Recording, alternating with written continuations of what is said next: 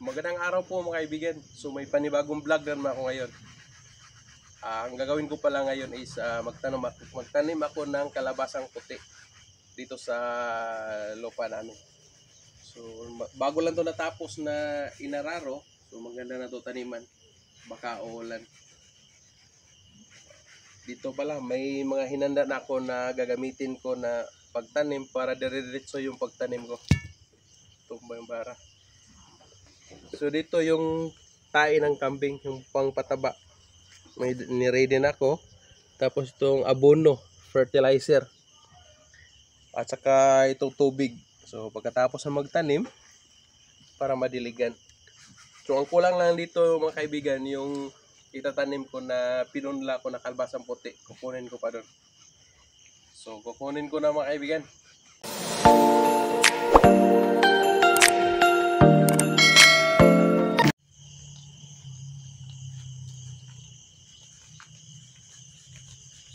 Ito pala yung napunla ko na kalabasang puti.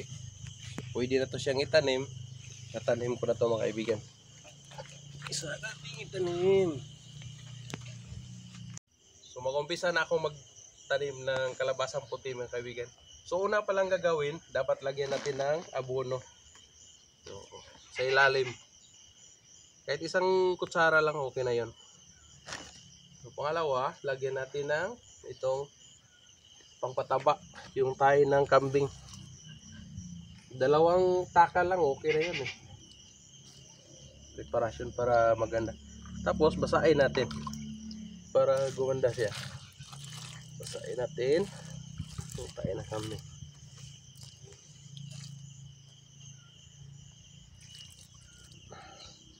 Ayan.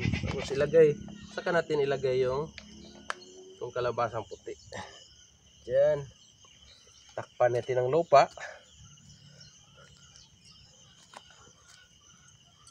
Tabunan natin ng lupa ang tae ng kambing.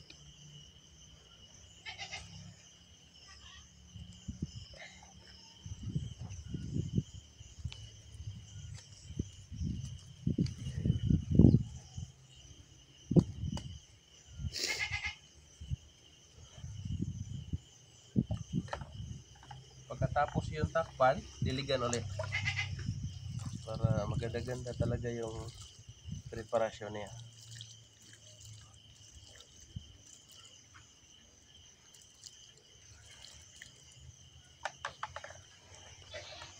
Doon sa pangalawa.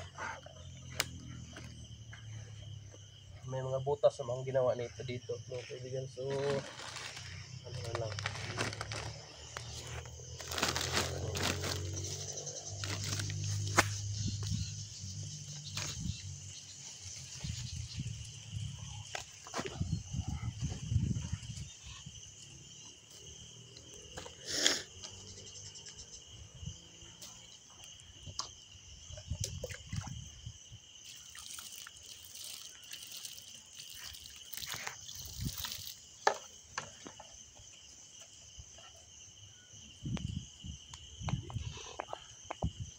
Dandahanin natin baka sira. Dito natin ipaupo yung kalabasang puti. Kalagyan ng mga lupa. Yun.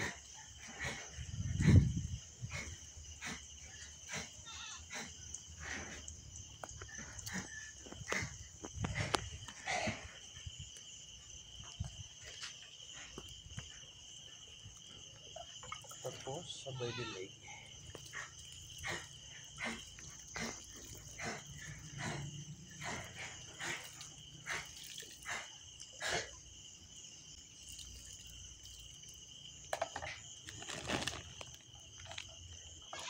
Tatlo.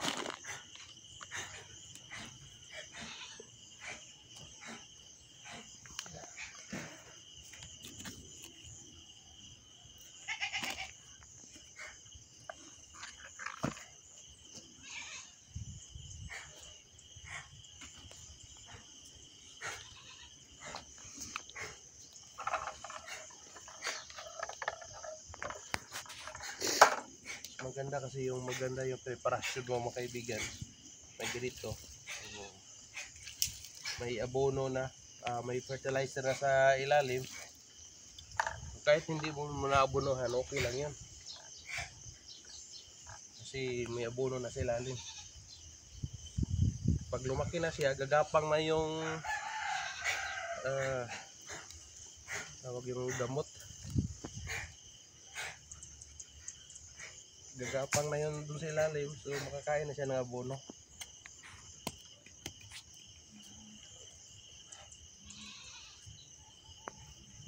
Sip na yung abono.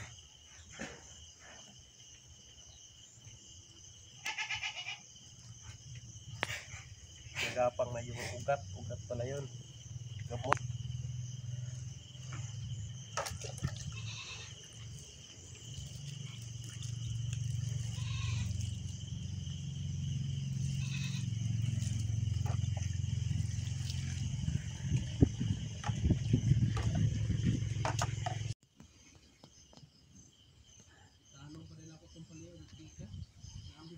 Daan ba? Kung sa agriculture. Gusto natin itanong kung pa.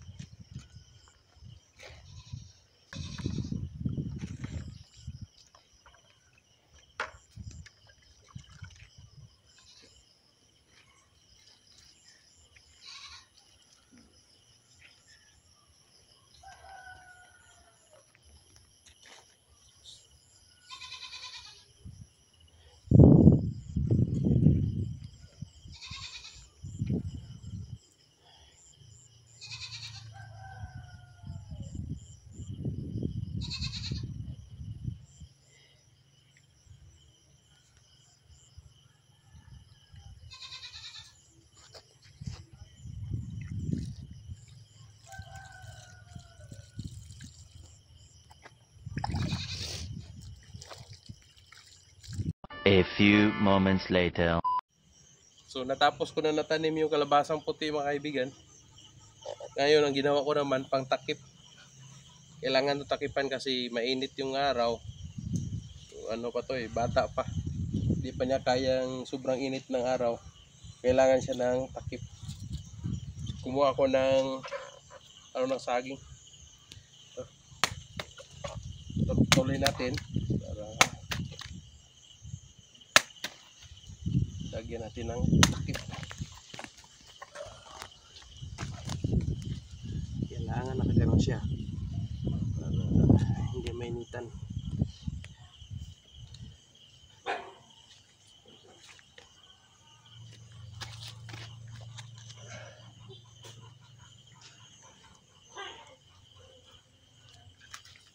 Medyo maikli na to. Ito.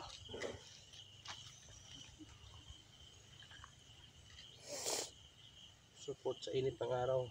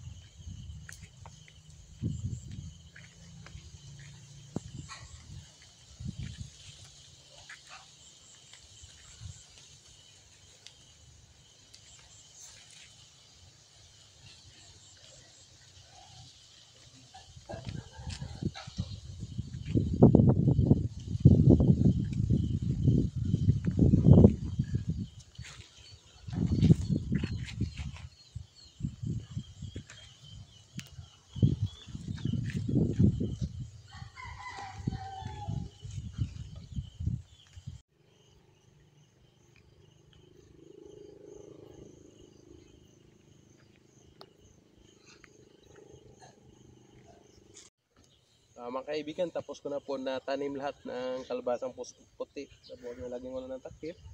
So, yun lang po mga kaibigan. Thank you for watching and see you in my next vlog.